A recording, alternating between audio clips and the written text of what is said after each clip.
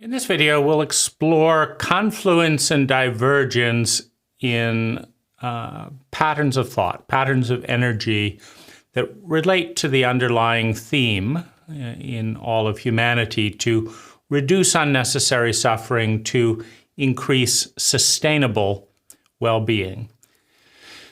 Now, I think it's very useful to ground a lot of esoterics, a lot of abstractions in some aspect that we do fully understand. Because what we're looking at is when to blend a thought pattern such as surrender and let go of attachment with attachment and achieving goals, because you're attached to the result of the goal, right? Those don't seem to be moving in the same direction. So do you only surrender to everything? Do you only pursue goals? Or how do you mix them, right? And I love to invent recipes. Since the age of 12, I've been smelling and tasting different things, imagining flavors, and usually there's a certain amount of contextual experience. Like, I've had pancakes. What would pancakes be like if I added ginger, powdered? This seems like it might be. What about ginger and cinnamon? What about cinnamon, ginger powder, and a few ginger cuts? What about butter? What about nut butter? What about oils, coconut oils? What about this? With a context, I can imagine something. And it is important to have had an experience with an ingredient. If I've never tasted mint, I'm not going to be able to imagine that Indian curry with mint sauce.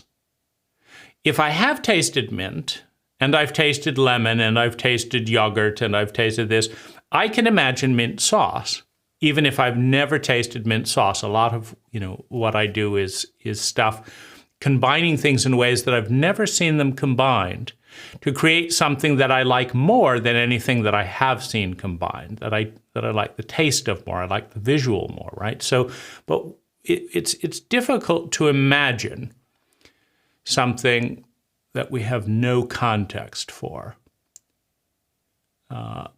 And if we have cooked, I've cooked, I also know that if I mix salad with green curry, it doesn't improve things, right? The salad is good, the green curry is good.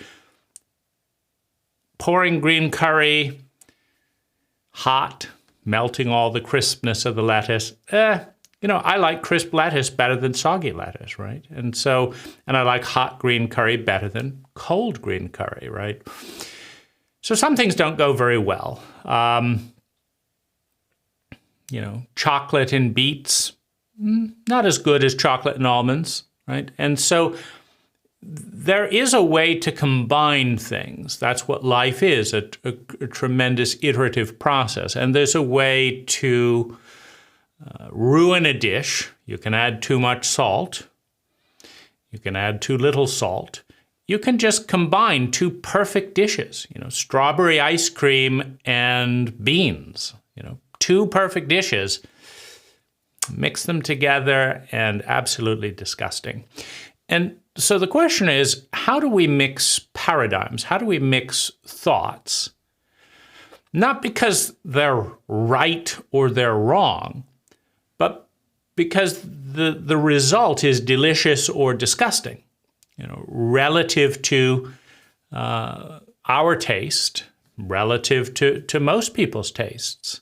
So that's kind of what we're exploring.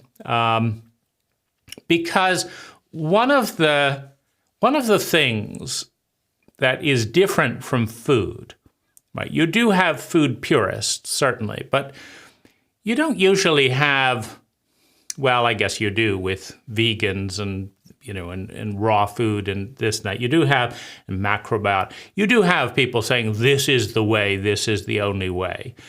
But among people that just want to eat food that tastes great, right, where the goal is a beautiful dish and delicious food, I don't see too many objections when somebody borrows a Thai flower garnish and adds it to an Indian curry, right? And there you have flowers and stuff on top of the Indian curry as a beautiful garnish. I see people appreciating that fusion. I don't see anyone complaining if you put an Indian curry inside a burrito with the right amount of rice and all that. And people say, oh, I've never tasted it that way before. This is really good. I had an Indian-styled burrito recently, and it was better than any of the burrito-styled burritos, right? The rice and beans and all that. The rice and curry and vegetables tasted better, right? And so when the goal is well-being, when the goal is beauty and goodness and health, when we move towards that deliciousness, we appreciate fusion. We appreciate when the courtesy of this culture is blended with the attention to detail in this culture, which is blended by the colorfulness of this culture, the nutrition of this culture, the food of this culture, in such a way that it's unexpected, it's beautiful, right? We love that. In that value hierarchy, we're not focused on purity, right? And the same in gardening, right? Oh, a new plant from New Zealand. It's deer resistant, it's drought tolerant, does very well in this soil.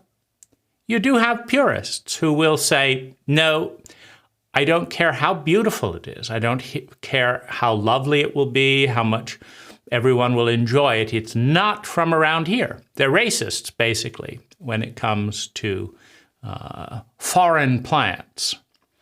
It's just on principle. But the people that just want something really beautiful that lasts a long time, that's happy, that doesn't require too much care.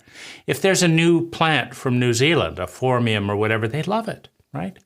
Because it's more colorful, it's more beautiful than the native plant, it's more deer resistant than the native plant. It blends so well with these other plants, right? And so this video is for you, the one seeking beauty, the one seeking intelligence, the one wanting sustainable well-being, who isn't racist about whether it's from this book or that book, whether the plant is from this culture or country or that country, whether the food is from this culture or that culture. You want beautiful food.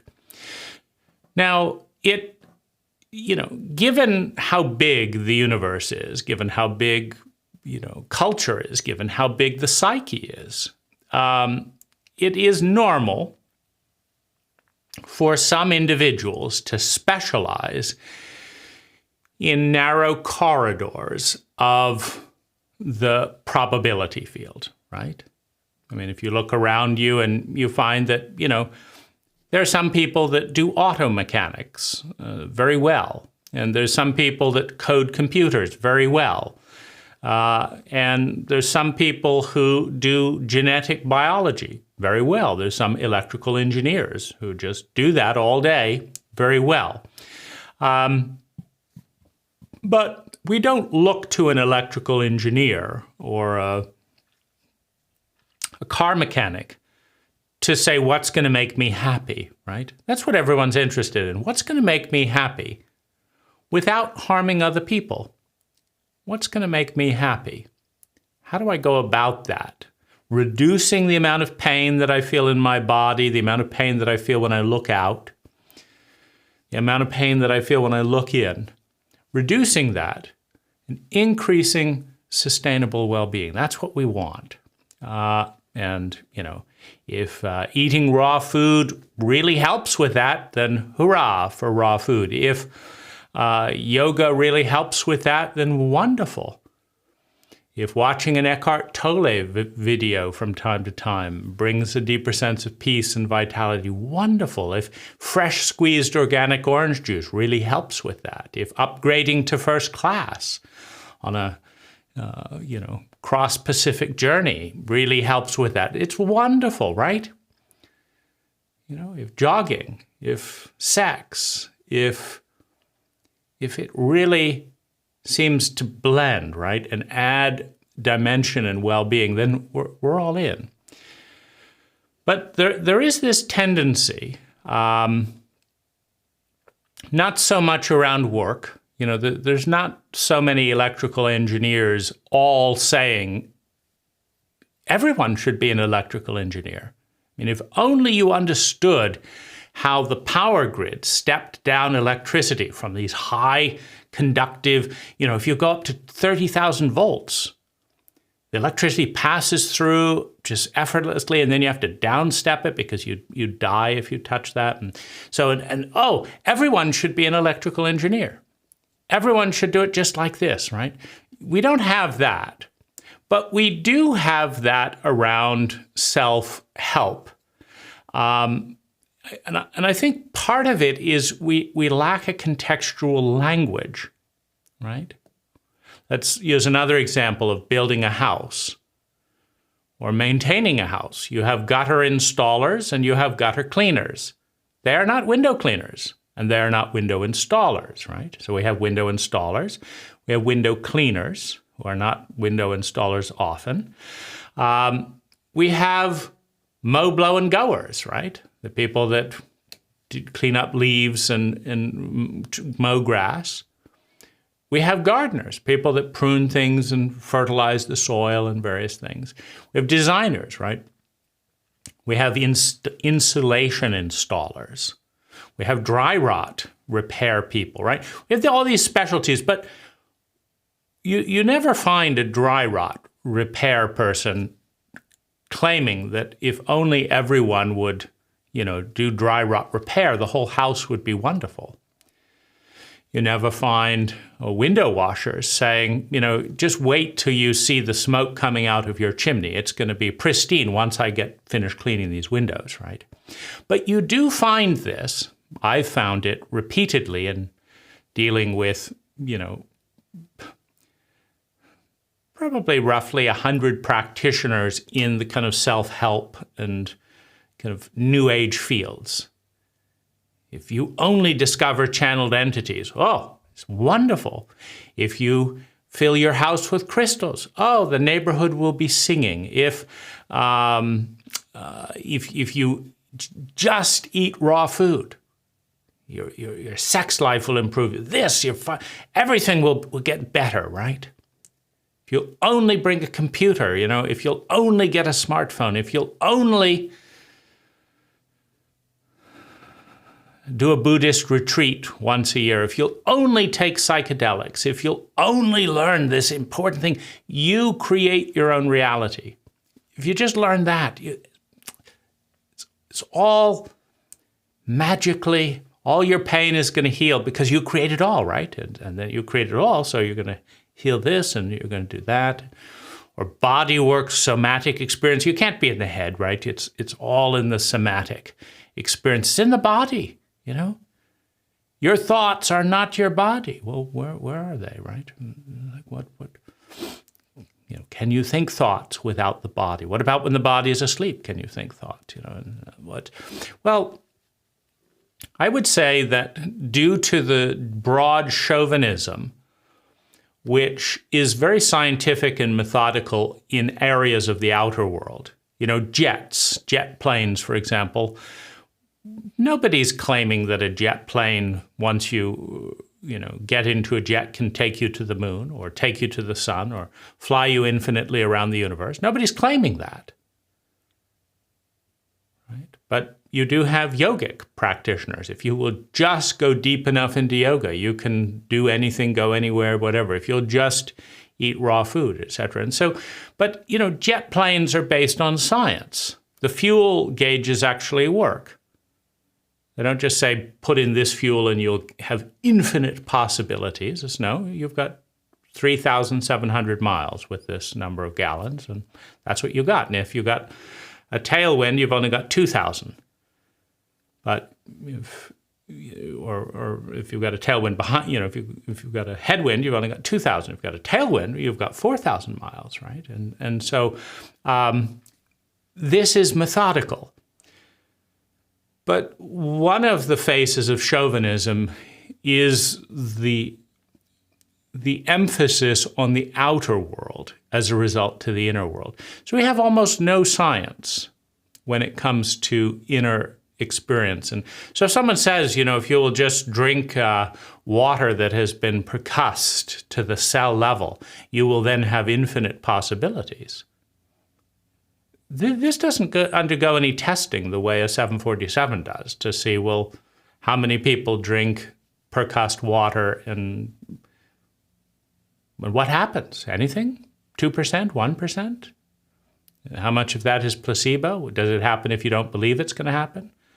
Or does it only happen if you're all excited about it happening? And then it would have happened if you were all excited about anything, right? So we just don't take seriously the feminine domain, the inner domain, in a chauvinistic culture. And so there's all kinds of broad sweeping generalities that are not grounded in statistics. They're not grounded in felt experience. They're not grounded in correlation with anything on the outside, right? And of course, they're all part of one ecology. The inner and the outer are one before language divides them. They are one before language divides them. And so if something changes on the inner, and the inner is inextricably linked to the outer, something should change on the outer, right? And if something changes on the outer and it's inextricably linked, because remember, all things are one. They're all part of one ecology before the whole is cut into pieces through the artifice of language, through the illusion of language. They're not really pieces. They're ideas that we've agreed to call pieces. This isn't really a hand in that it's separate from everything else. You take away the body and this hand stops being a hand, which means it's not really a hand. It is a part of the body, which is a part of the body, which is a part of the body, which is a part of the body, right? There's no disintegrated, separate part in existence. No part is truly separate from any other part in existence, right? Even you create ideas of heaven and hell. Well, can you have black without white, white without black? Can you have a heaven without a hell, right? If it's viewed in contrast, because if you delete hell, and heaven is everything, because there's no contrast, so then you could just say everything. Heaven doesn't exist either. It's not this special place because it's not separate, right? So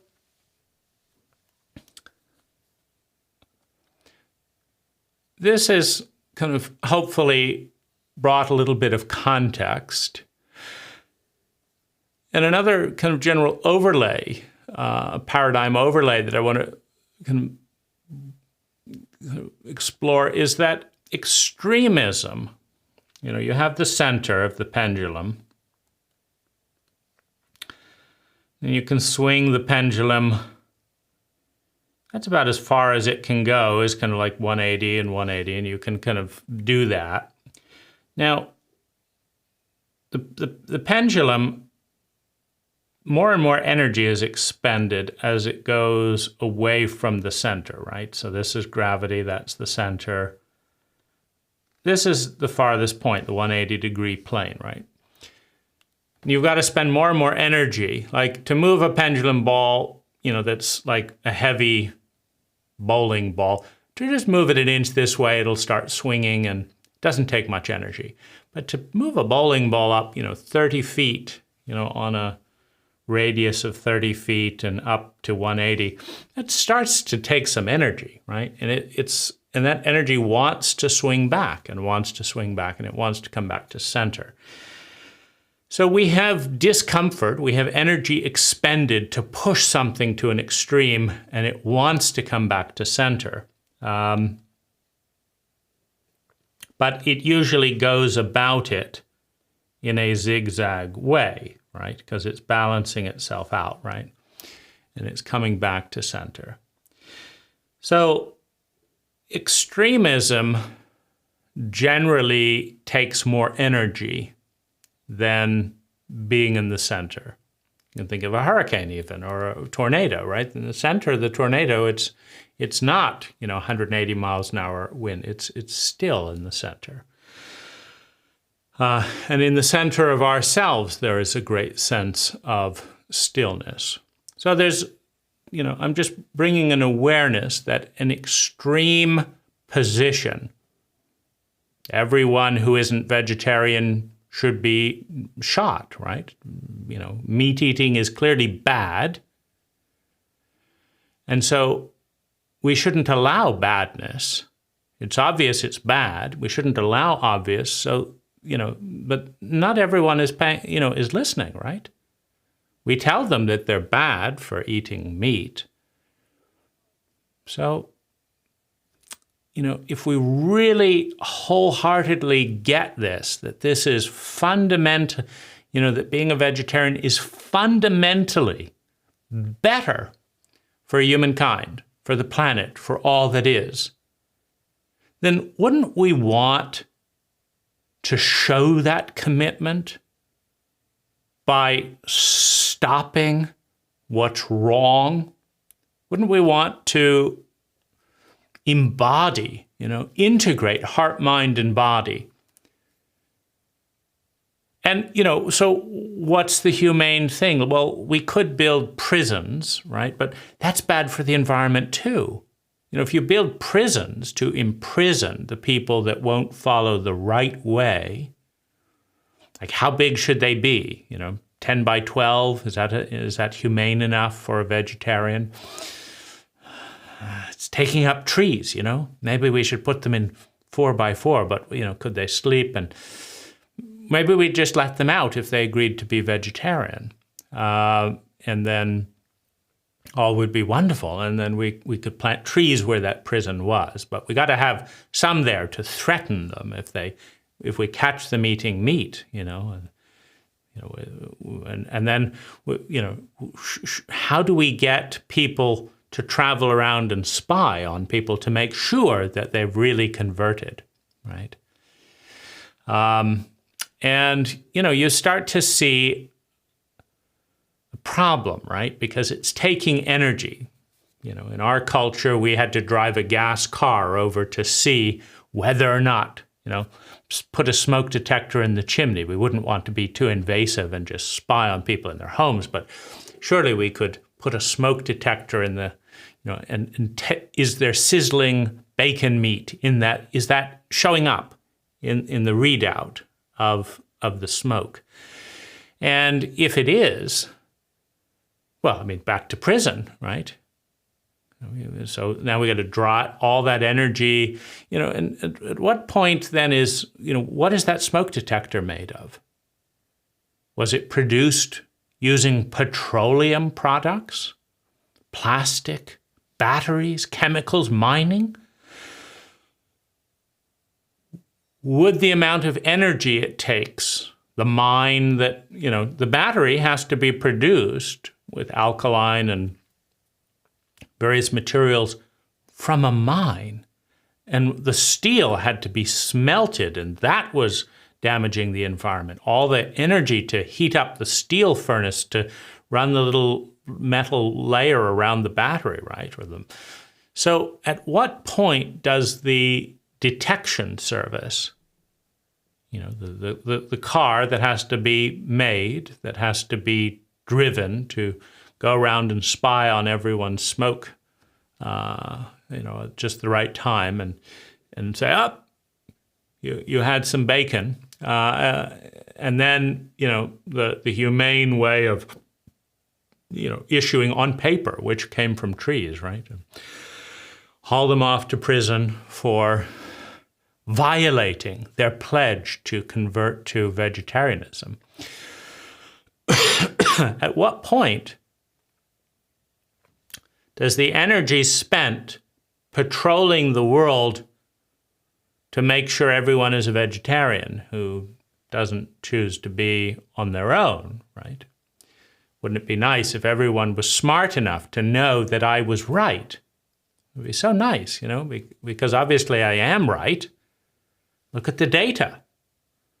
Look at the data. 12 times as much food to feed a cow, right? 12 times. The person could have made wheat bread, right? But they've been eating corn, right? And, 1 or 2 ears of corn would have been enough for me for a pound of vegetables, but 12 pounds, and then cutting down the rainforest at this horrible time in history when there's global warming and oceans rising. I mean, just look at the data. It's obvious that I'm right. And in a dualistic paradigm, it's equally obvious the very moment that I become right, then people different from me become wrong. And then the question is, how much conviction do we have? How much conviction did the Crusaders in Christianity have as they raped and pillaged and stole? Because they knew that this was the one true God. And everyone needs to become Christian, Muslim, whatever, right?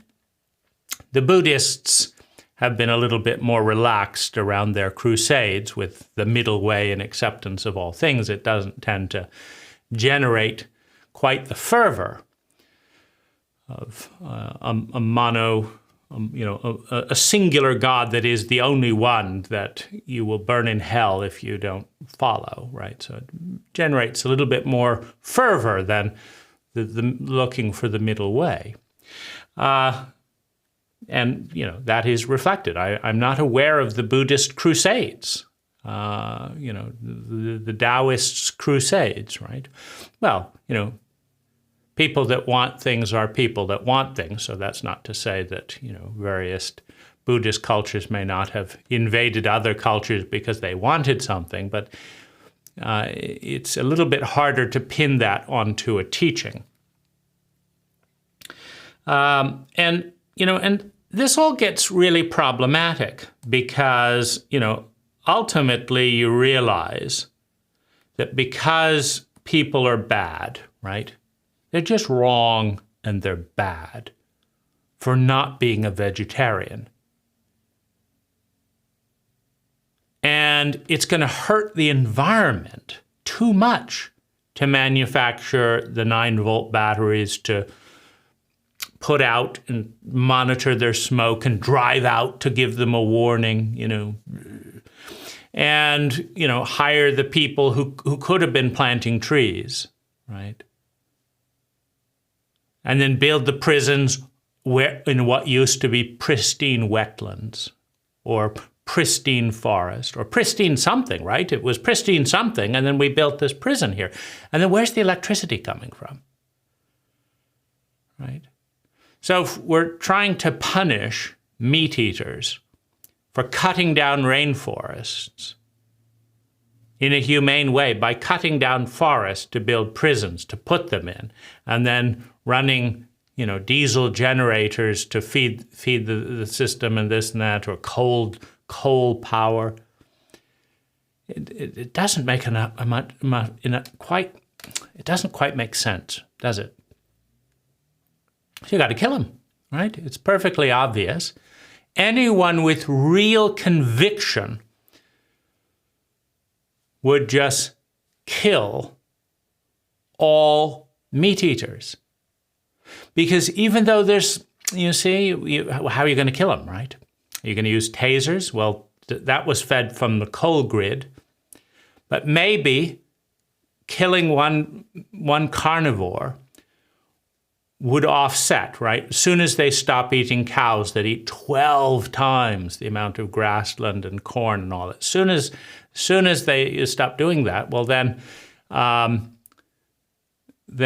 even though your taser had to be made with fossil fuels and you're this, so you could tase them to death.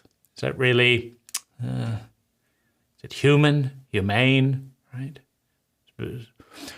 Or you shoot them, or the electric chair. But what if the electric chair is fueled by coal plants, right?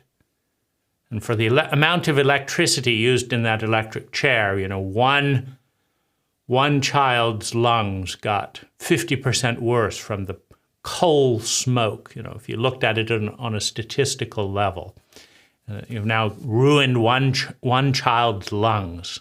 One whole lung has been reduced 50% because the amount of energy for the electric chair, or to make the solar panels, right? So you just gotta maybe a knife, just quick and dirty, a rock.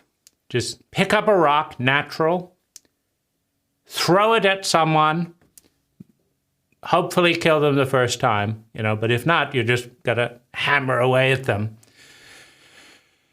And then, what do you do with the polyester that doesn't biodegrade and all that? You just got to throw that in the landfill because we've still got people. We have to move on to them next, right? We have to kill all the people manufacturing and buying non-biodegradable clothes. I can't even kill someone naturally and purely, right, with the full environment, because now if I dig a hole in the ground, that's the most natural burial, let their energy go back to the ecology that they were trying to butcher by eating meat, and just dig a trench and put them in. But that and what about that battery, lithium and this, probably won't catch fire like the Note 7s, right? But it's the same battery. Am I responsible for putting in the earth these crimes against nature? These heinous things. Maybe I should take off their things, steal them, donate them to charity, so that at least it was a good cause, and the most good came out of my effort to reduce the meat-eating population in the most natural way, right? Because it would be a crime to cut these trees down and build a concrete box that required mining, right? Might as well just let them eat meat, right? So, there's, and with YouTube, of course, you can learn everything these days, how to kill meat eaters with the right size rock. You wouldn't want it to crumble. Some rocks are sandstone, right? And you don't want it to be cruel and inhumane. So a granite or some kind of an igneous rock that wouldn't just fall apart while you were, ridding the world of meat eaters. So these are some of the things you have to think of when you start entering extremism, right? Because there's another thing with extremism. There's not a lot of room in extremism, right?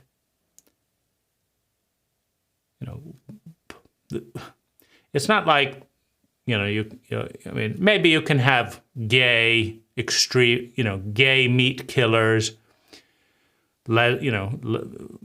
queer, different ethnicities, African-American meat people who rid the worlds of meat eaters. Maybe there's probably enough room for that.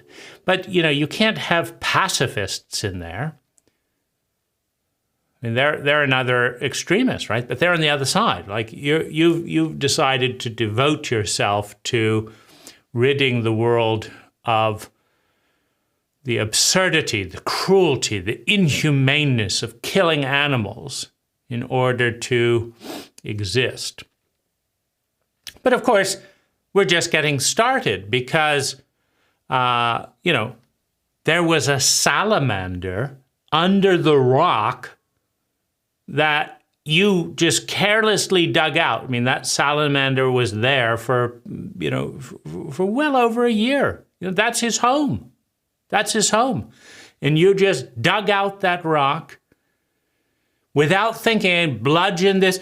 And then how many earthworms did you cut up, right? How many earthworms did you cut up? You worked out the natural grave. You've got it figured out, right? It's got to be 2 feet deep minimum, so that the coyotes and stuff don't dig up the rotting corpse and then maybe we should start killing the coyotes for meat, because they could be a vegetarian as well, right? But anyway, you've got to it's uncouth to have animals tearing at meat-eating parts, right? Carnivores just torn around, and bones of carnivores. It's sacrilegious even. So you got to go at least 2 feet deep. But if you go too deep, maybe this, the blood and stuff becomes anaerobic, slimy, and it doesn't become nitrogen. It needs some oxygen. So to find the right depth, and you dug it out carefully, right? And you didn't want to waste. I mean, a fern had to be moved for that trench, right? But how many worms were slaughtered, right, in the digging of the trench to dispose of the body in the most natural way? And what about that salamander, right? If you're a pacifist, you've gone too far. You've gone too far, right? It's a little bit harder for the pacifists to take action, right? You're wrong, you're bad, you killed 36 worms, cut them in half, ruined the habitat of a salamander, just carelessly threw a fern on the side. And, and for all that for one meat eater, right? Right? And now his brother, look at him, he's having a big steak. He's just taunting you, right? You did all that, right?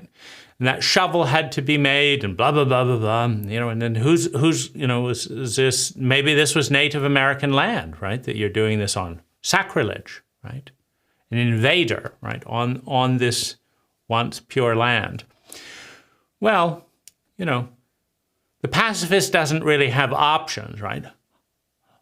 Just increasing waves of horror. Oh, right? But, these thoughts are also a bit violent, right? Just witnessing you become part of the problem. So they cover their eyes. It's dreadful. It's unspeakable. But there isn't a lot of recourse, right? Because if the pacifists start killing the protesters, the radicals, right? If the pacifists start killing the radicals that don't get that this is not the way to handle this. It should be handled by diplomacy. There should be letters and court dates set up, convicted for eating a hamburger, and how many years in prison. This should be handled institutionally, not just in this way. And so you have a problem. You have a problem as you move towards extremism. And extreme pacifists have it the worst, of course, because there's nothing they can do about it. But you could also then flip that to say, well, they have it the best, right?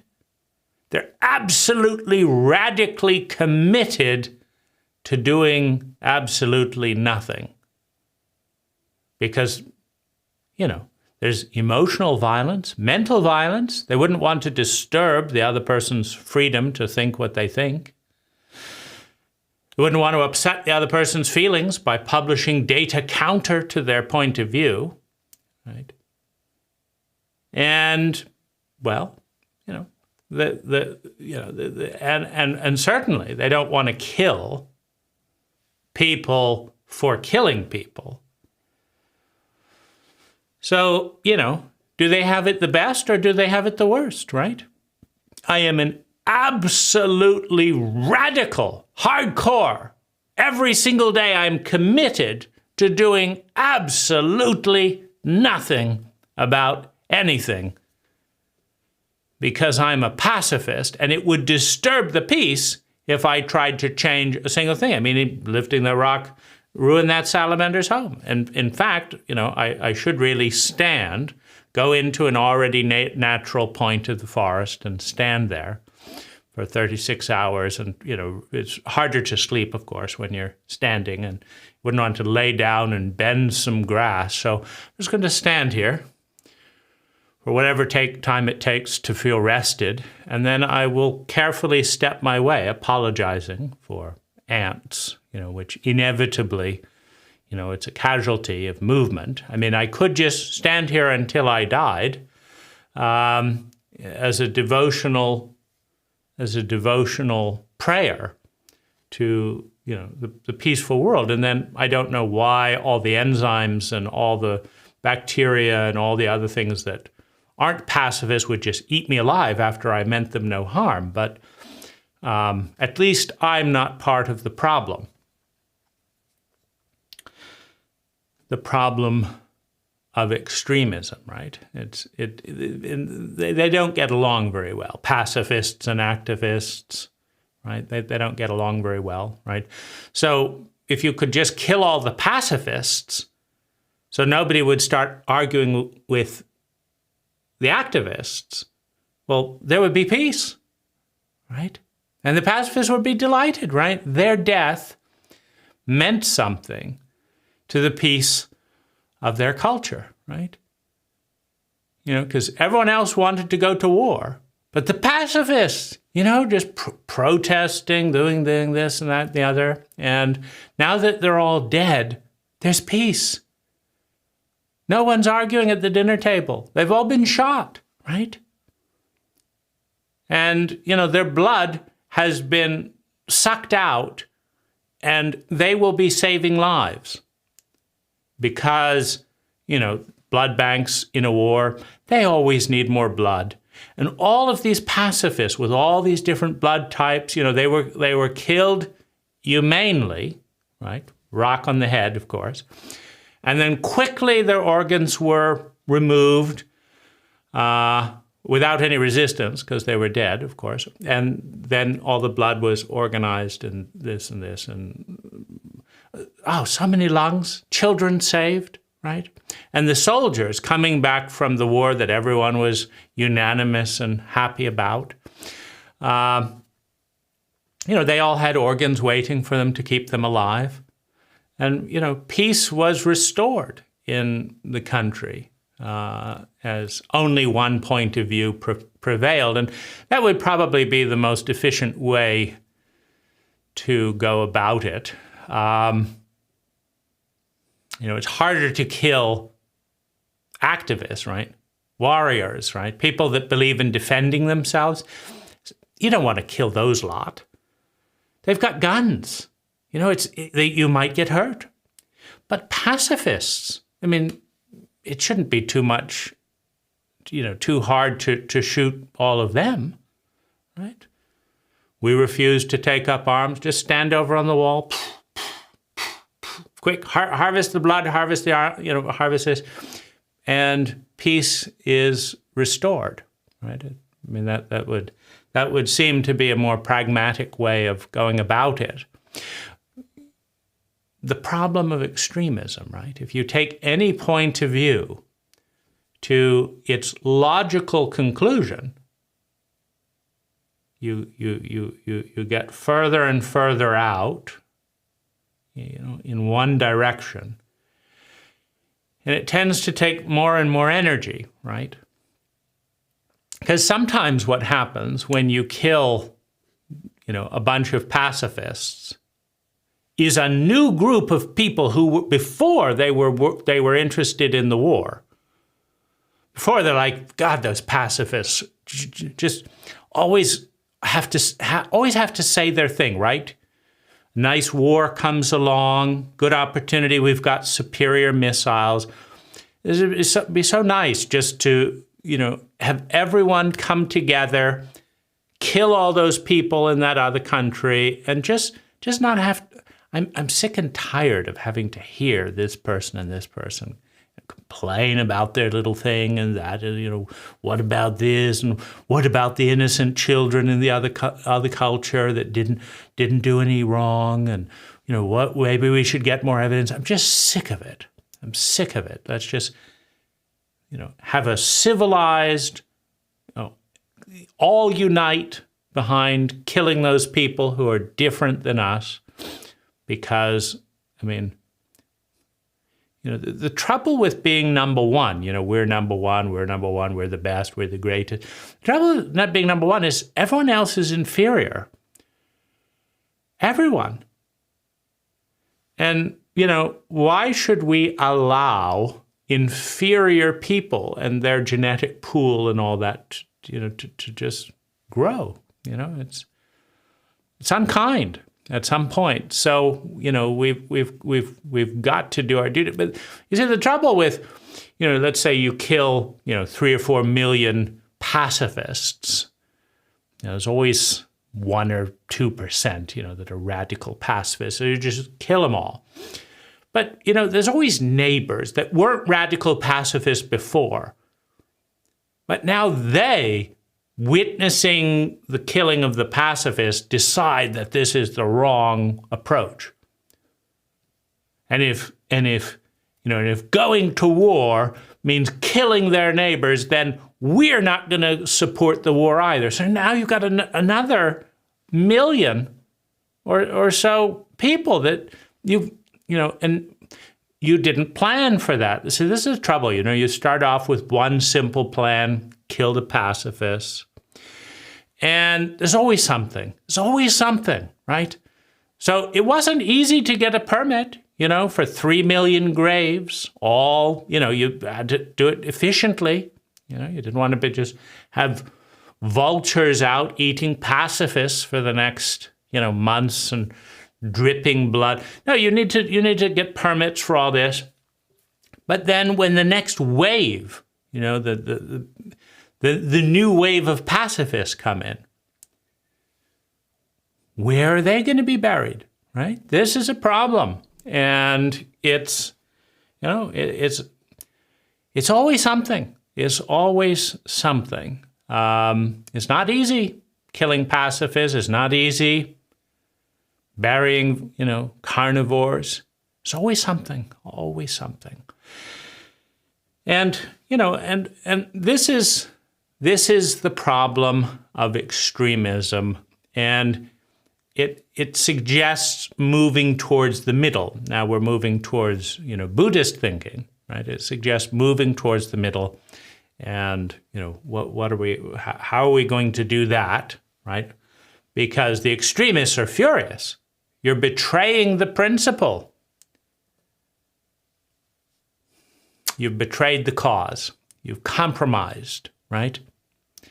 And extremists do not appreciate members of their cult compromising, because that's the whole point of being an extremist, is you don't compromise your principles. You take a stand for what matters, and you show your character and your gut, and you do what it takes to have integrity with a principle, right? The principle, right? It's not about you and your petty qualms about violence and all. It's about the principle. It's spiritual, right? It's about being of service. You think it's hard to go around finding 3 million rocks to kill pacifists? You think it's hard? It's not easy. If it was easy, right, Jesus wouldn't, everyone would be starting new religions. You think it was easy to, teach peace and be nailed to a cross? Carry the thing, ring thorns stuck out, dehydrating for 3 days, nails in your... You think that was easy? No, you got to show some character, some principles. It's tough, right? But, we're doing that work. You think we like it? Looking around for rocks, getting permits, burying all these. You think we like it? No. But you've betrayed us, you see? You left us alone to do the dirty work. So extremists are not happy with compromisers, people that meet the other side. It's worse, right? You should see gangs, right, in their behavior around someone who deserts the gang. I mean, if you've never been a gang member, if you've never been a vegetarian, if you've never been a Christian, if you've never been a whatever, and you're lost, obviously. You're one of the vast majority of lost people wandering around who, haven't found the rightful cause. But, you may be treated with contempt, but you don't find the murderous rage of the extremist directed at you in particular. But find a hardcore extremist, right, who softened their ways, right, and moved to the middle, like, maybe they have a point, right? Maybe there's some point to the other side as well. Like maybe it's not all about vegetarian, right? Maybe murdering people is a problem as well. Maybe. I'd like to at least go to some of their meetings, hear what they have to say. Oh, you've betrayed the cause. Never. We will never forgive you, right? We'll destroy you. We'll undermine your job, right? You'll do this, we'll do that. We'll kill your cat. I thought you were about nature. Well, in this case, it's just so heinous what you have done. You're compromised, all bets are off. Even if we have to disguise ourselves, join your company and fit in so that we have a chance to kill you, we'll do it, even if we have to eat meat, right? Because we might be suspect, trying to seek revenge on one of our former cult members. We might be suspect if we were the only one in the office having a vegetarian sandwich. So, we don't want to stand out. So for the cause of revenge, we're going to put a nice piece of tongue in there.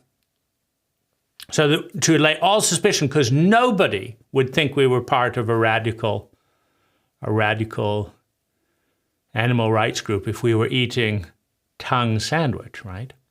That's how committed we are to the cause. We're even willing to eat meat, to have revenge on someone who left the extreme pole that we all were blood brothers and sisters. We would be politically correct, of course. We're blood brothers and sisters,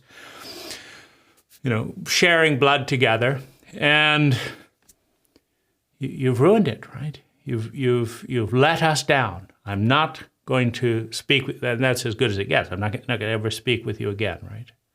I'll speak with this person who's eating meat and that person who's, because I've got to pay my mortgage, right? And it's a crime, of course, that my mortgage broker, is eating at McDonald's. But it was a good price on the house, so we're not going to, we're not going to take it that far, right? Of course, we'll protest them, and all meat eaters should die after we get the mortgage, right? I mean, they've got to sign the papers so that I can buy my house where we can have our meetings. But then they should die, right? Preferably so that we don't have to pay our mortgage back, because it does tend to take a lot of time and energy doing radical protesting for the good of the planet. It takes a lot of time, right? So why should I have to pay my mortgage back when I'm doing the work, the good work, that nobody is doing, right? Except us, right? So, the problem with extremism, and this suggests that there may be, that the better approach, the more graceful approach, the approach that has more sustainable well-being and less unnecessary suffering might be somewhere in the middle. But the question is, how do you do that, and what types of things blend well together? And that's what I want to kind of explore here, because in my journey of growth and development, there have been a couple of different waves. And let's kind of put them at seats on the table. So we have create your own reality. Just create your own reality. We have, for now, we'll just call it surrender, but Michael Singer's theme of work with the untethered soul and that type of stuff, and create your own reality with more of the Seth and Lazarus. That seems to be a little bit more of a channeled theme. Then we have goals. Pursue goals. And with that, time management and dress for success and all that type of thing. Pursue goals. Then we have stoicism.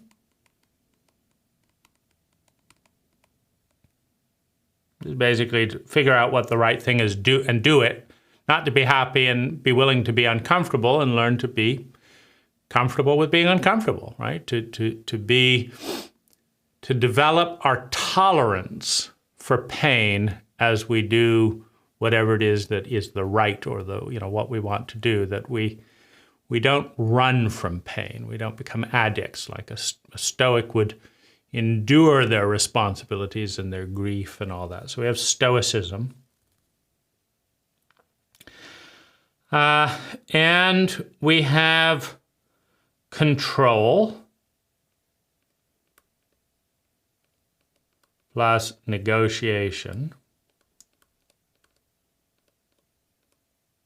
plus manipulation.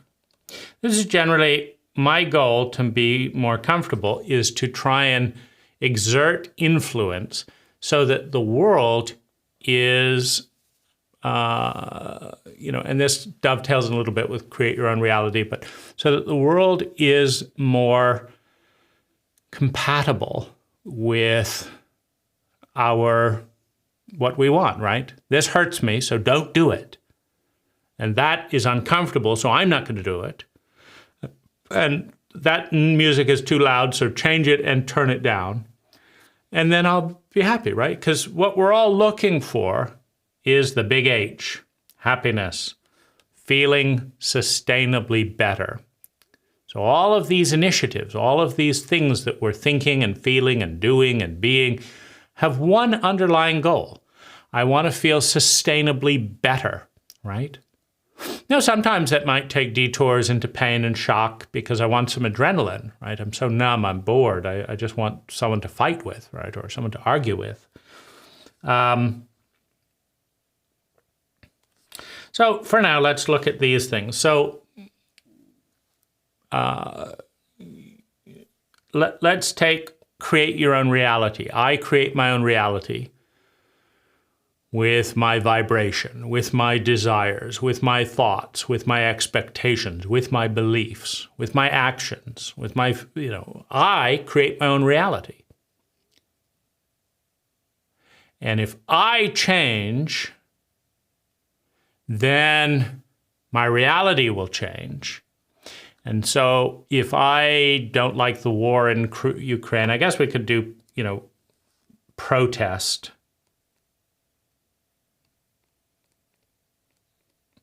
Activism, that kind of thing, which would fall under control or whatever. But if I don't like, the war in Ukraine, then I have to look at my beliefs. I created that war. It's my reality, right? These are my people, my species, my planet. Maybe I have some payoffs, right?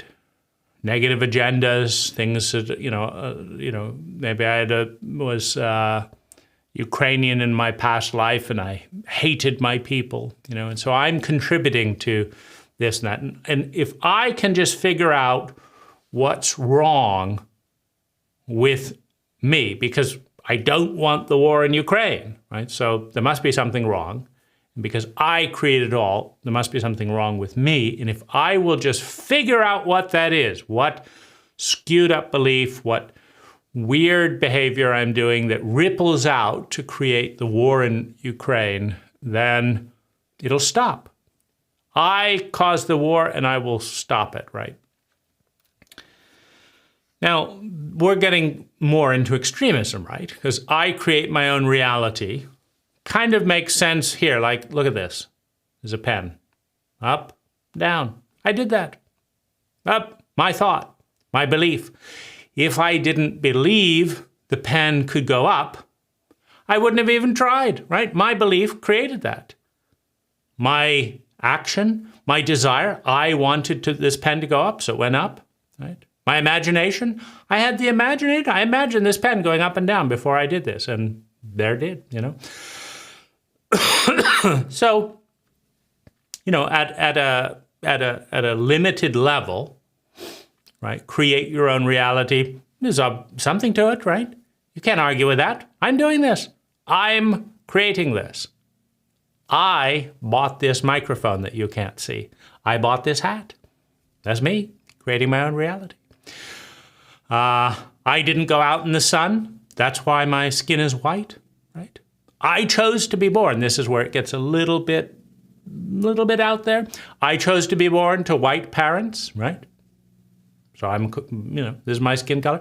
Of course, my genetics are like this, you know. I saw I looked down. I created it all.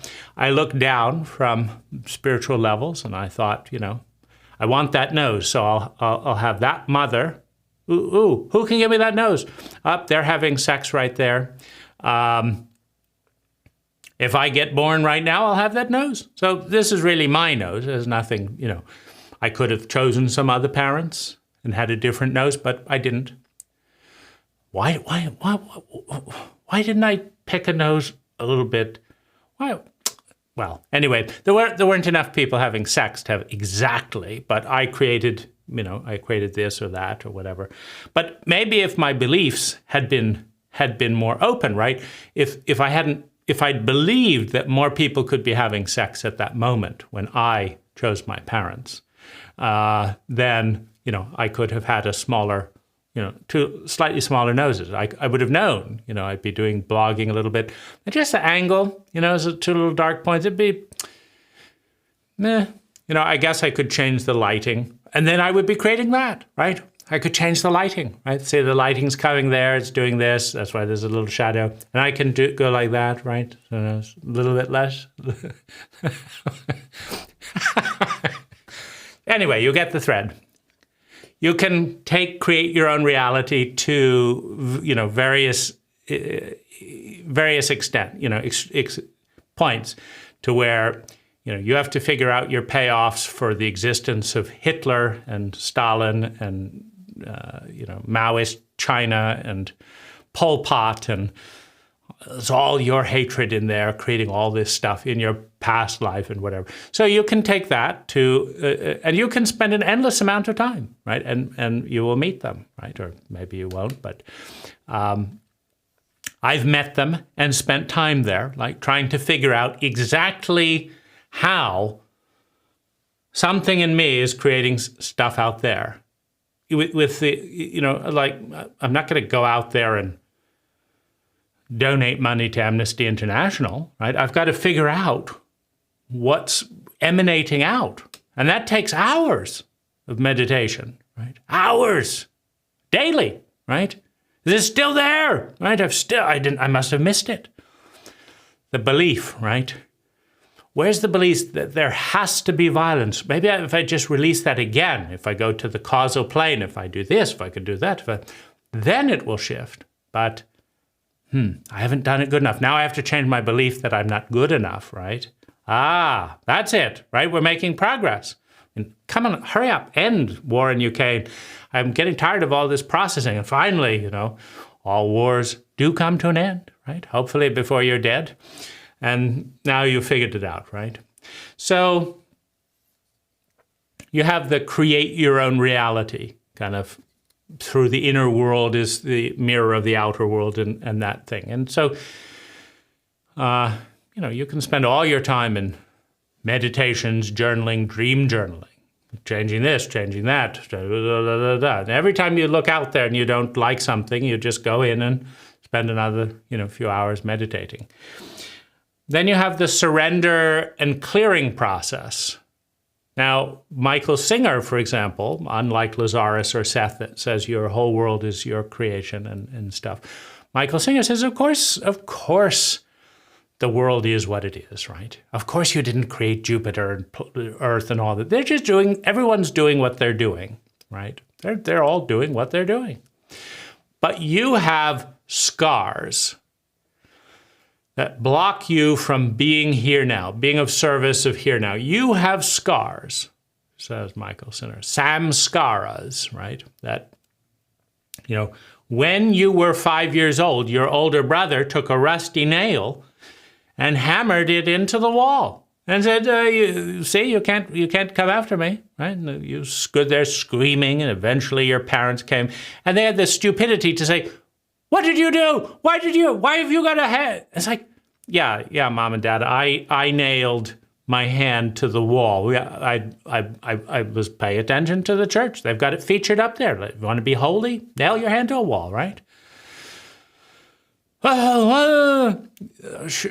Okay. Yes, my brother did this, right? And so, I see rusty nails. I cringe a little bit. I see my older brother.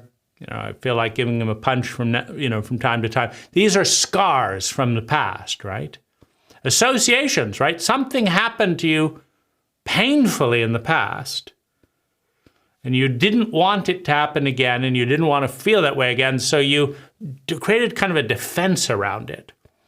And so now, you see bullying types come carrying nails and hammers, and there's a part of you that's ready to run. You're not enjoying the ambiance, let's say, because you know what can happen when a bully, a rusty nail, and a hammer coincides with you.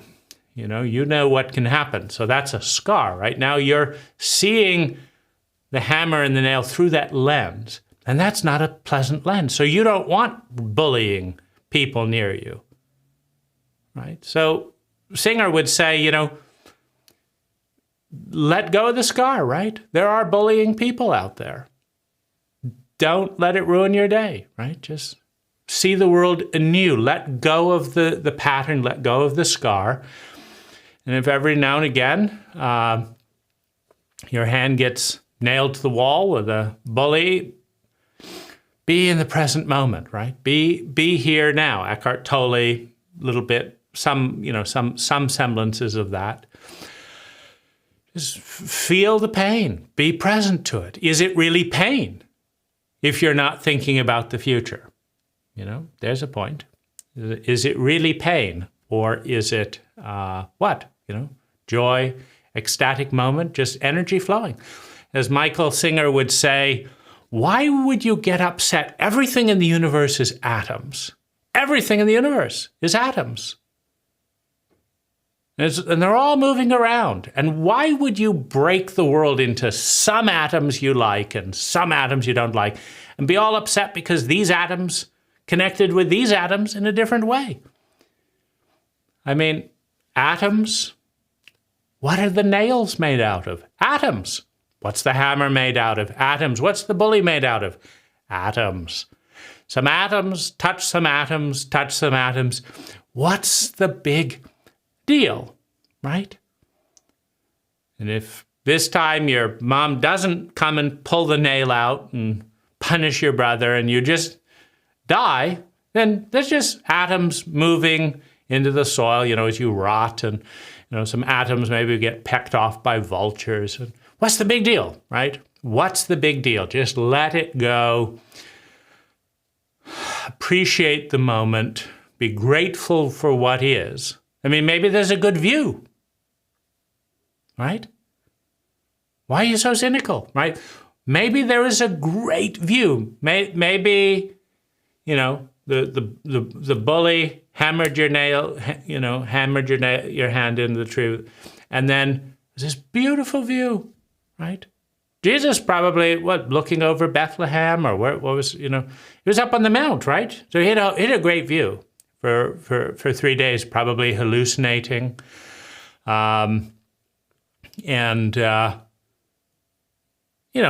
all bad. Hallucinations, he could have had wonderful hallucinations, right? Wonderful, right? So that's, don't take it seriously. Yes, your daughter is raped.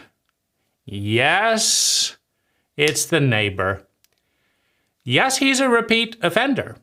But let it go. Stop making, this isn't all about you, right? Maybe you can be of service to them and listen to their experience and how they became a rapist and various things like that. And just don't take it personal. Take all your personal feelings out of the equation, right? And be of service to the moment. And, eventually you will have a transcendent experience. And so, just be with what he is. So Michael Singer, Eckhart Tolle, and, a little bit of what's her name, Byron Katie, so they're there with disentangling the meaning that we make something mean. Sure, there is a steel pin in your hand. May not feel very good. You may die of tetanus if you didn't get the tetanus shot. You may die of blood loss. But, be with what is, right? Just, that's the way it is, except I may be angry, People shouldn't nail innocent people's hands to the wall. But can you really know that that's true, right? Can you really know that your greatest growth and well-being might not be facilitated by having your hand nailed to the wall, looking at this great view, right? Maybe you're the type that runs away from things and, the universe has given you a gift, right? You're not running now, are you? You got your hand nailed to a wall, right? Or maybe this is your chance to go through the pain, right? And just rip yes, it's got a big head, right? The nail is only like 1/8 of an inch thick, but it's got this like 1/2 inch head. Maybe you just rip your hand through that and learn that you have a higher pain tolerance, right? Or just be grateful for the gift to experience something, right? So you have that whole approach. And truly so, if you let go, right? So let's look at the positive here. I wanted to illustrate something with my pen and creating my own reality. I did. Bravo, right? Good technique. If I let go of all of my gripes and past grudges and stuff like that, I feel lighter. My life is better. Good point. And we have the goal approach. The goal approach is I want something. I want an experience. I want something. Why? Because I believe it'll make me feel better. I believe that if I get a job and make some money and stop having to beg my parents who humiliate me every time, I believe I'm going to feel better. And so I'm going to get a job and then I'll feel better. And you do, right? And you don't quit your job immediately and go back to begging from your parents because it feels better, right? It did feel better. And so I'm going to have another goal. I'm going to move out, right? Now I've got my own money. Now I'm going to move out. I'm going to play my music. I'm going to get my car. And I'm not going to, be told I can't drive over 55 miles an hour, blah, blah, blah. No, I'm going to do what I want to do. And I feel better, so it's good. So I have more goals and more goals. So the direction of goals, I'm going to achieve things. I'm going to buy things. I'm going to have experiences that make me feel happier. And it works. I've achieved thousands of goals. And almost all of them have made me feel better than not achieving that goal, right? It works, right? So then there's stoicism. You can't change the situation. Nothing is perfect. No one owes you anything. Your job is discipline, right? You can't just ruin everything because you didn't have the discipline of this and that and the other. Your job is discipline. So you've got to figure out how to make things work, even when it's not perfect, right? And so you work on a farm, you don't have machinery, you do the work, right? You see what needs to be done and you do it. And lo and behold, you get food from that farm. You get a paycheck. You do the stuff. You get through the traffic. So stoicism, you endure, you have discipline, you do what works. And reality gets a little better. Then there's control, right? Your neighbor plays heavy metal music, right, when you're trying to meditate. Oh, aren't they horrible? You just kill them, right? But, there they go again, ruining me, my spiritual path ruined by these low vibration people. So there you've got your. So could you please do your heavy metal on these days when I'm not here, or during the day when I'm at work? What if I paid you $100 every week that you didn't play heavy metal during this time? Ah, wonderful, wonderful. I get to meditate and be in the power of now and let go of all things because my neighbor is not ruining my meditation. And so I feel better, right? Now I can be unconditional, right? Because I've met the condition that my neighbor not play heavy metal music, right? So control, negotiation, manipulation. I am going to call the police unless you stop playing heavy metal. I'm going to take you to court unless you stop putting your garbage cans on my property. Now I can be happy because you listened to me, right? Now I'm happy. I wasn't happy because you were putting your garbage cans, but now I'm happy, right? But now the UPS driver, he's just dropping my packages out here. I've got to figure out that, right? Meanwhile, my mom, telling this about, I told her that in confidence. I would have been happy if she had kept her promise, but she didn't, right? She blabbed that all along, this and that and the other, and then she denied it, right? I only told her. It's the only person I ever told, and then all these people know, and then she denied it, right? So now I'm not happy. I'm not happy. No, I'm not happy. I'm not going to be happy until you apologize and take me out to dinner, make me a nice card, and pamper me for at least a month. At least, then I will be happy. And so now you did all that, okay, now I'm happy, right? Until, this happens. So there's control, negotiation, manipulation. I've got to get this people and this outer world, etc., to do these things so that I can be happy. If they don't, then I will be unhappy.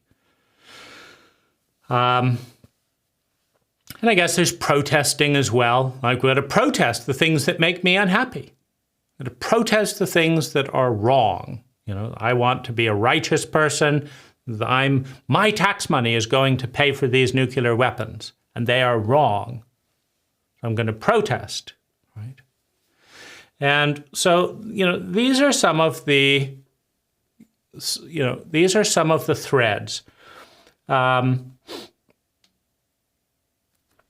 We've also got, let's just focus on these. So the ones that have the most tension, I would say, is you create your own reality through all that inner stuff I was saying, but also through controlling, manipulation, protesting, stoicism, just be with it. And don't react and get your work done, do your duty, so to speak, whatever that is considered in the status quo. Goals are kind of an outer expression of you create your own reality. So like Lazarus doesn't say go out and have goals and do this and this and this. They will say, look at your room of beliefs, do this. So they're more, the inner is creating the outer. So you should work on the inner, and then the outer will change. Although I think choices and decisions are included as a subset. So there's all kinds of, things and choices and decisions that relate to the outer world certainly, would create your reality as well.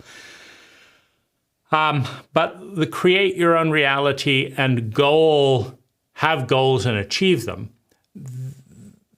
they are very much two different paths. Meaning you can do hundreds of hours of create your own reality without a single exercise on having goals, and then step by step breaking those goals down, time management, that type of thing. So we're talking about, I guess, rationally creating your reality by organizing your outer energy. And then we're talking about creating your reality more esoterically from organizing your inner energy.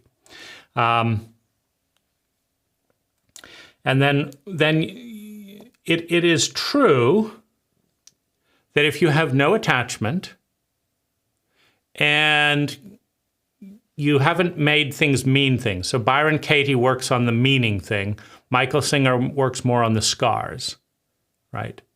So basically, if you've got sunburn and somebody slaps you, it's going to hurt. And what Michael Singer's approach is get rid of the sunburn, basically. Well, how do you do that? Well, you have to wait until the sunburn heals. You have to stay out of the sun. You have to wear sunscreen. Michael doesn't talk so much about that, what you have to do to calm a scar down emotionally. He doesn't say stay away from the person, put cream on as a buffer, have medicine. If someone keeps calling you a cunt, for example, I think that's one of the more derogatory things that you can call a woman these days, which is very absurd. Because if you look at derogatory words, they're almost all the most important things in life. Whether you call it a pussy, a vagina, a cunt, a woman's place, it doesn't matter. That is the source of all life for men and women. So we tend to be a little bit crazy in these types of things. Shit is the source of all life. You didn't have shit, you wouldn't. That's the fertilizer for all life, right? And if you don't have all plants and all that stuff, everything dies, right?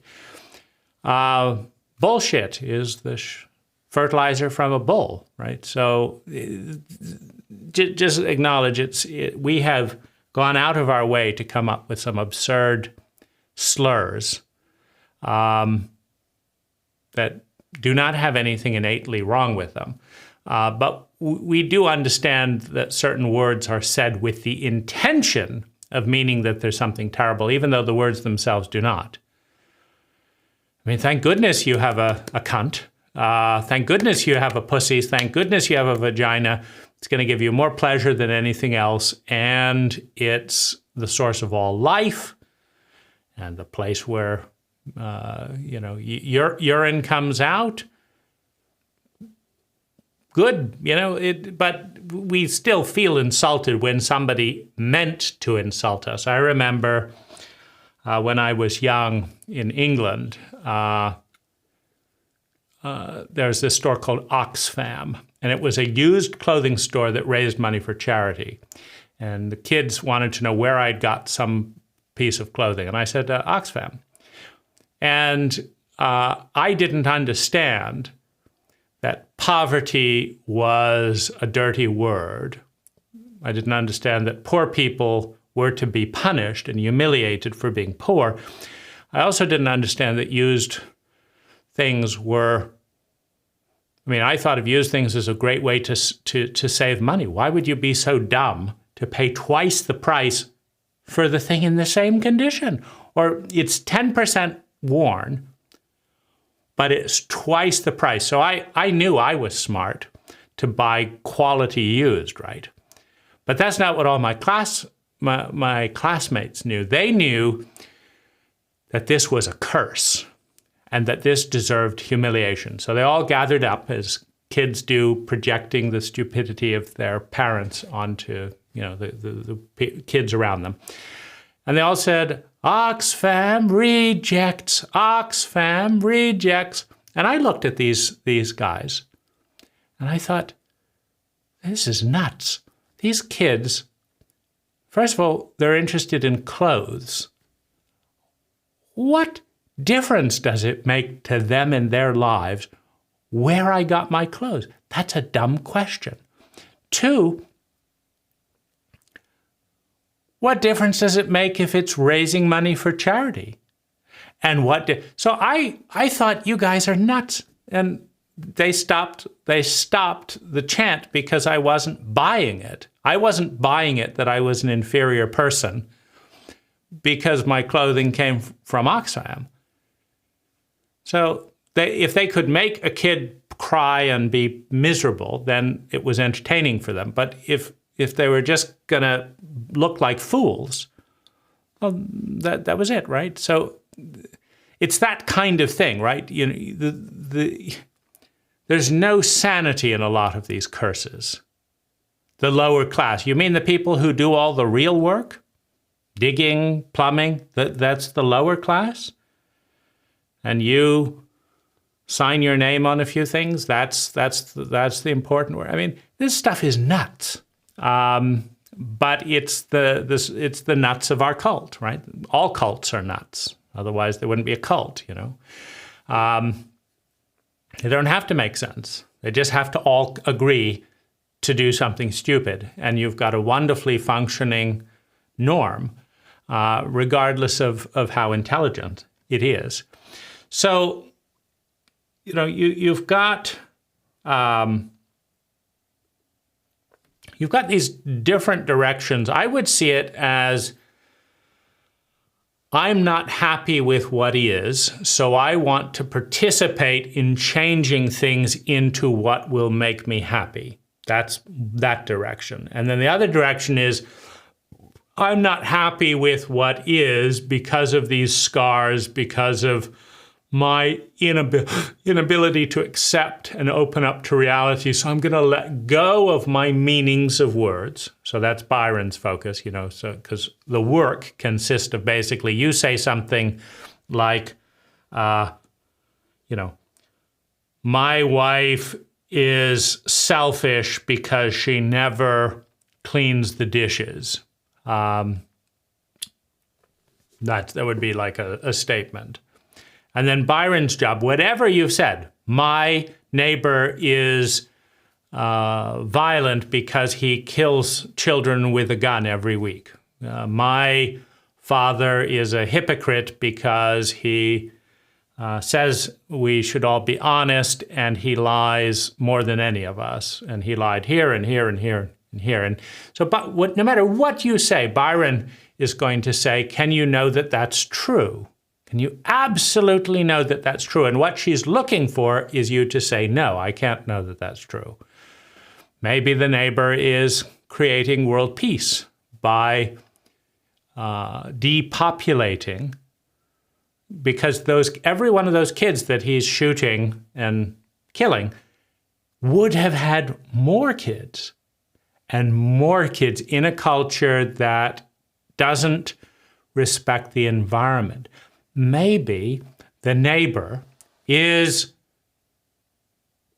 benefiting the planet by shooting these children, and all the children that would have come with those children. And how can you know it's true, right? So then you say the opposite. My neighbor is helping life by killing these children. And my neighbor is this. And what she's basically doing with the 180 technique is neutralizing polarity. Whatever it is you start off saying, this is the way it is,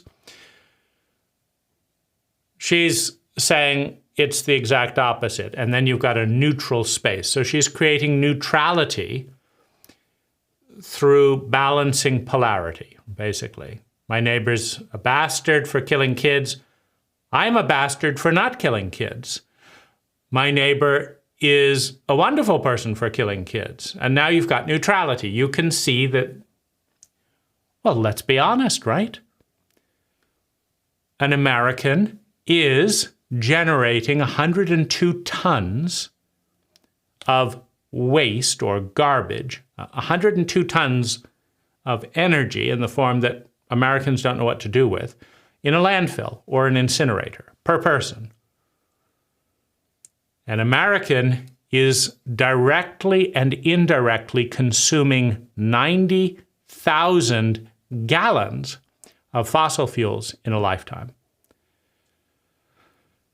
An American directly and indirectly is putting 1,000 trees worth of carbon into the air and often contributing and cutting down by their lifestyle more than 400 trees and blah, blah, blah. And so you can say those are bad things. And so surely someone who shoots children and all of their future generations is doing wonders for the planet. Because, well, look, they shot 20 kids. That's 20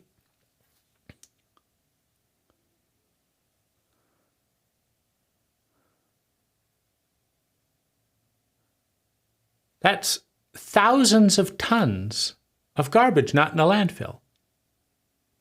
That's 20,000 trees that didn't get mown down and all that carbon. And then all their children, right? And so this is a wonderful thing.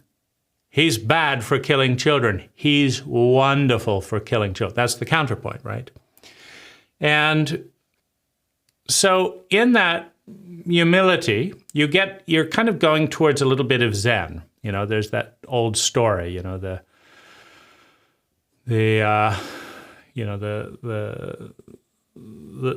father's son came back from an adventure and he was lame, and everyone said, "Oh, we're so sorry, your son has a lame foot," you know, and he says, "Well, we will see."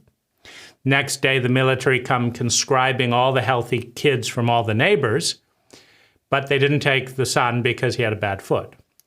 And then they all said, "Well, you're so lucky your son had a good foot, you know, a bad foot, because he didn't go off to war." And he said, "We will see." And then because he had a bad foot, this other bad thing happened. They said, "Oh, you're so unlucky about that." And he said, "We will see." And so what we're looking at in somewhat of the Byron Katie movement of energy, as well as, you know, Michael Singer, is just letting go of Byron's focusing more on the meaning. Michael Singer's focusing more on the energy, letting go of your attachment, your scars, and your reactivity to what is. Just letting go of all of that so that you can be happy for no reason at all. Letting life energy come through you and letting it be beautiful no matter what happens, right?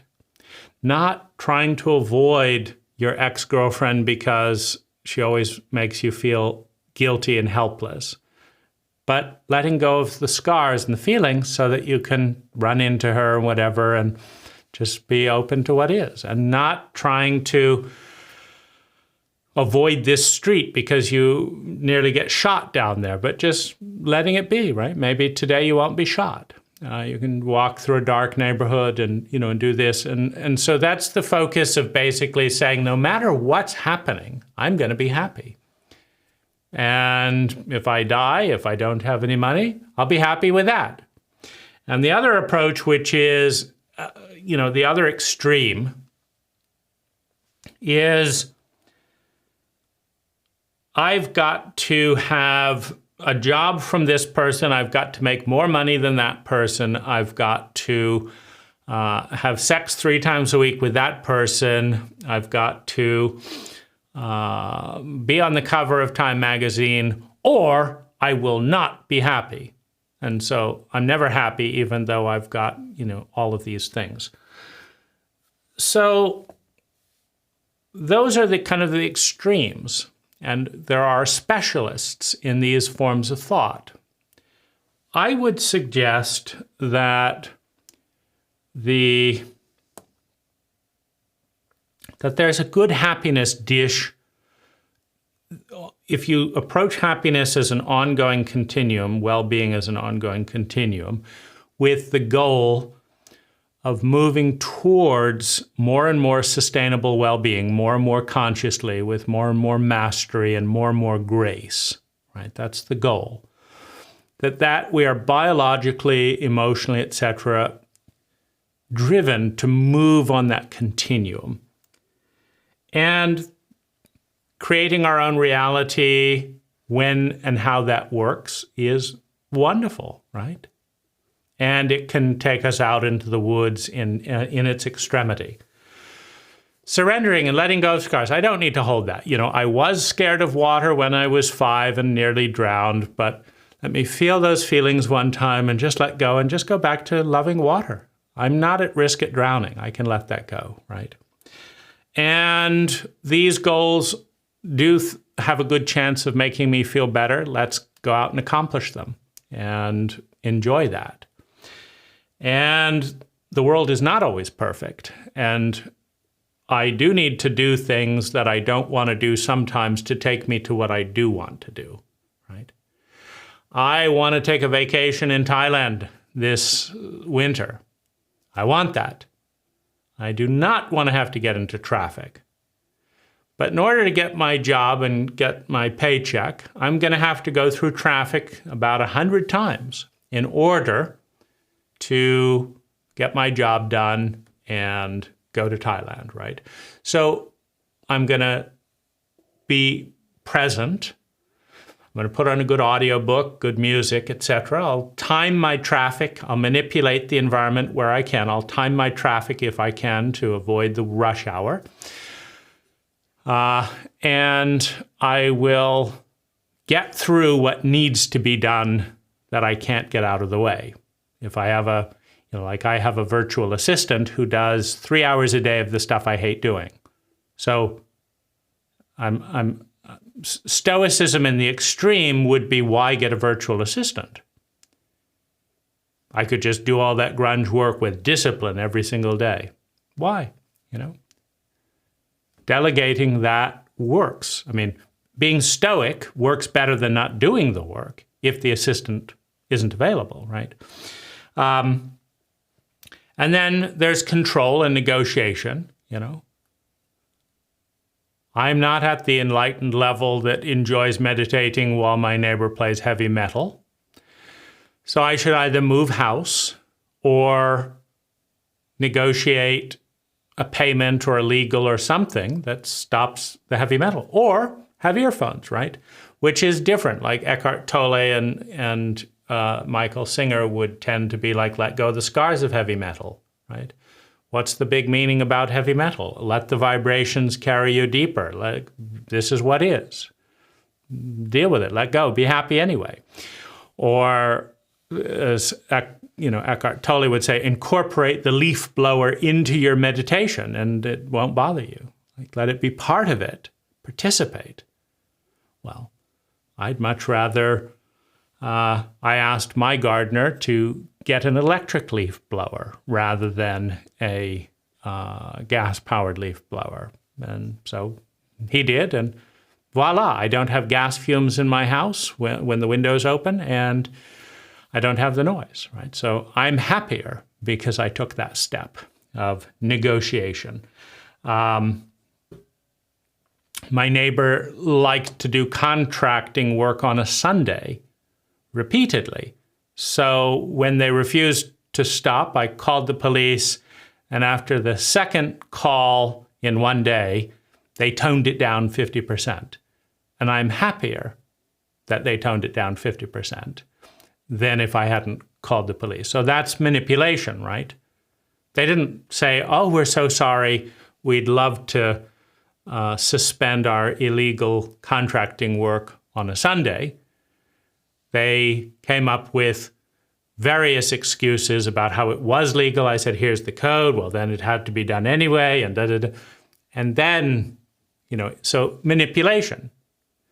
They didn't want the police showing up too many times in front of their house every week. And so they decided to follow the law because they didn't want that. They didn't decide to cut the noise down because they were bothered, right? It used to upset, interact with these videos. That wasn't important to them. The police were, right? So the manipulation reduced the noise to a point where I felt more freedom to do what works. And then protesting, right? When my therapist sexually abused me under the influence of psychedelics, I had to learn protesting because I realized other patients were at work. And so what I needed around that situation and what patients needed was not the priority for this therapist or the group, the Human Awareness Institute, that recommended the therapist. That wasn't their priority. They tried to bury it. So it was recordings and websites and emails to people, etc., that began to see a shift in their behavior. In other words, when people are reptilian-based, fight, flight, and freeze-based, they only respond to fear. Their fear is louder than their empathy or whatever. So if you want to shift someone's behavior and they're reptilian, you've got to use fear, right? A lot of people would stop paying their taxes if there was no fear around penalties and having their house seized. Like if there was absolutely no way that the government could collect taxes, and they just said, please, would everyone help with roads and this and that, spending would probably, or the tax collection would probably go down by half or more. And that could be a good thing, or it could be a bad thing, but there is an element in our culture that is negotiated with fear of being sued, fear of neighbor shame, fear of this, because the empathy and the intelligence is not there at that level. And I felt better I felt happier knowing that I hadn't abandoned other sexual abuse victims and knowing that I hadn't been silenced by intimidation and various things, but had done what I believed to be the right thing in highlighting. Therapists do, as a group, there's been an informal study, 12% of therapists will admit anonymously to having sexual relationships with their clients. So 12%, out of 100 therapists, 12. This is never great for the client.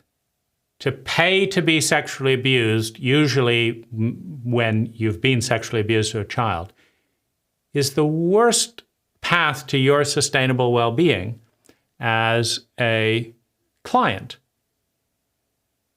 And you're going to someone for help, and they're manipulating that situation to meet their needs and be paid to meet their needs. And then have cross-wired help, right? Because if you say, this is help, I'm here to help you, and then you abuse them, you're cross-wiring the word help and abuse, which is a big problem in life, right? And so, as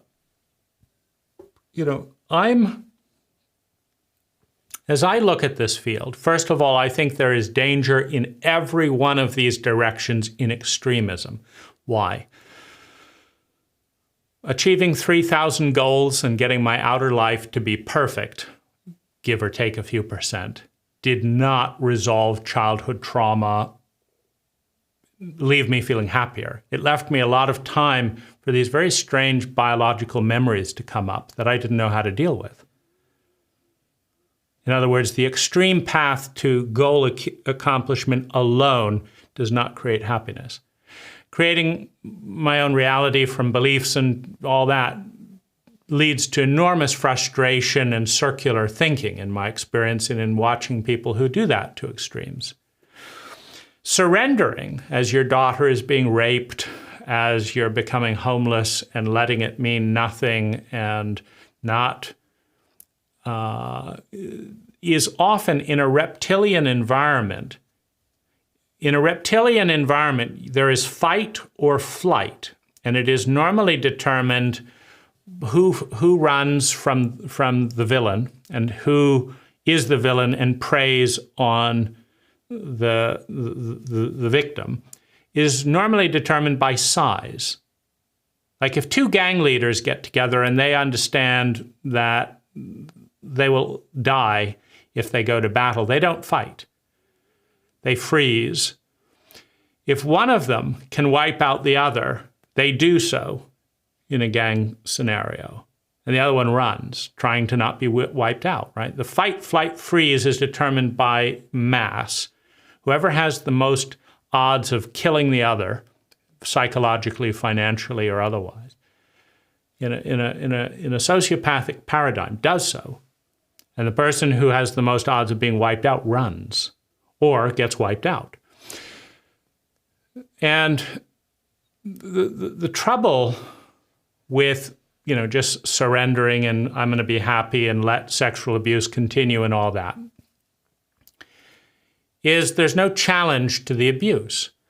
But the amount of pain that I caused to the protocol of silence, secrecy, sexual abuse, incompetence, lies, betrayal, the amount of upset that caused for the Human Awareness Institute and Peter Sandhill, the therapist that participated mostly, stopped them from doing that as much again. As much again, because it was painful enough to their pain, right? It was no longer their victim's pain. They felt pain by losing a court case, by having their names on web pages, by emails going out, by books being, by videos. Like they felt enough pain that it was worth shifting their position, right? It wasn't worth it before when I just said, hey, please, this really, really hurts. Could you stop doing this? That wasn't what shifted it, right? It was putting some of the pain that I felt onto them so that if you do this, your pain is going up. Well, narcissists only care about their own pain, right? Empathic people will shift because they care about you. Narcissists shift because they care about themselves. And we are a cult of narcissists that produces narcissists, that raises narcissists. And they're not going to shift destructive behavior, painful behavior, because it bothers you. They're going to shift it because it bothers them. And that's, so in a sociopathic, narcissistic cult, protest and manipulation works better than empathy and negotiation in most cases. That's why we have a court system, right? If you had two empathic people that say, oh, I really get it. I'm sorry, I'm not going to block your view with this third story. I'm going to dig a basement so that you can still have your view, or I'm going to move the thing here, or so you have no conflict, right? No, the whole legal framework is I don't give a damn about your view. I want my view, right? So now you're going to have conflict, right? And then that has to be mediated because you have two sociopaths that don't care about the other, two narcissists, and there has to be a mediator between that, right? And so we have all government and structure and protocol and norms and all that. And those work in a reptilian environment better than anarchy, better than just shooting each other. You block my view, I'm going to shoot you. I'm going to kill your cat. Because that's what it deteriorates to when there's no sense of balance and symmetry that's, that's neutral. It's that sense that it's fair for everyone that stops the, I'm going to kill your cat because you built a third story and stuff like that. So all of this works. Mediation, law, protest, control, negotiation, stoicism, accomplishing goals, surrendering, creating your own reality, and there are other things as well. Energy works, talking things through, releasing tension, doing physical exercise to get these things out of your body, doing somatic work. So that, because we're just in our head here. We're not wrestling. That works to get you into your body, as well. So in the middle, in the center, is happiness. Some law, not a dictatorial regime, right? Not a dictatorial totalitarian state. Some goals, not I'm going to have a goal for everything and hopefully achieve enough goals that I feel great, even though I haven't, dealt with my body, dealt with childhood memories, etc. Some escape, right? I'm just going to tune it all out and watch some entertainment.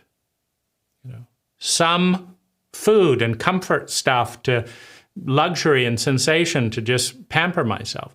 It all works.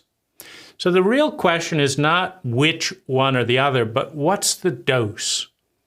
When do you want to really deep dive and change your belief, and when do you want to go out to a really nice restaurant?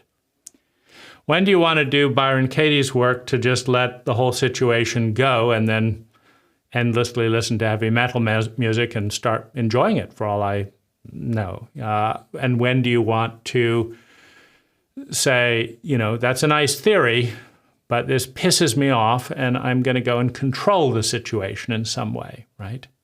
It's a nice theory that I should be able to watch each of my kids be successively raped in the local school, and each of the principals deny and cover it up and blah, blah, blah. It's a nice theory, but I'm going to fucking protest. And I'm going to put up videos and I'm going to start drawing attention to chronic sexual abuse at this school. And it's not okay. And I'm not putting up with it. And I'm not interested in surrendering to it. And I'm not interested in making it mean that it's me who has the problem. Thank you, Byron, but no. I'm going to do something about it. And I think the sweet point is in the middle. You will not be happy. You cannot be happy if you define your identity as to protest injustice in the world. You've got 29 trillion units of injustice, as you define that, and you've got 24 units of time, and you are going to be run ragged looking at what you hate 24/7. On the other hand, it's no good complaining about the world when you won't take an interest in what's going on in your neighborhood. And protesting corruption here and this and that, And so I think there's a place for control, for manipulation, for intimidation. Obviously, I think I'm right to when someone's breaking the law and I'm feeling miserable about it and I don't want to move house. I think that I'm right, so I'm not saying that there's a role to harass and call the police on people for planting trees, that in an area that needs tree planting. I'm saying that there's a role where, but there's a cost to all of it. There's a cost to manipulating. There's a cost to trying to do the work to let the scars go down. There's a cost of time, money, and energy used to create a goal. There's a cost in time, money, and natural resources to every single thing, right? I'm sitting here, and money is being spent on this electricity, and time is being spent. And this is natural resources being utilized in this setup. The question is, do I feel happier in the end, right? I'm achieving a goal. I had the goal of making this video. My butt hurts. My back aches. My head hurts a little bit, but I also laughed. And I've enjoyed the thought, and I like the thought that this might be helpful and clarifying for some people. And I like the fact that I don't feel as invisible as I did before this. And I like the fact that this is a one-time thing, that I don't have to ever say any of this again if I don't want to. I've got the video. So there's some value here. I like the fact that I got it done. I like the fact that it took some turns that I didn't see coming. I'm curious, right? There's lots to learn. There's lots that I don't know and don't know that I don't know. And that, I'm curious what will happen. So, thank you.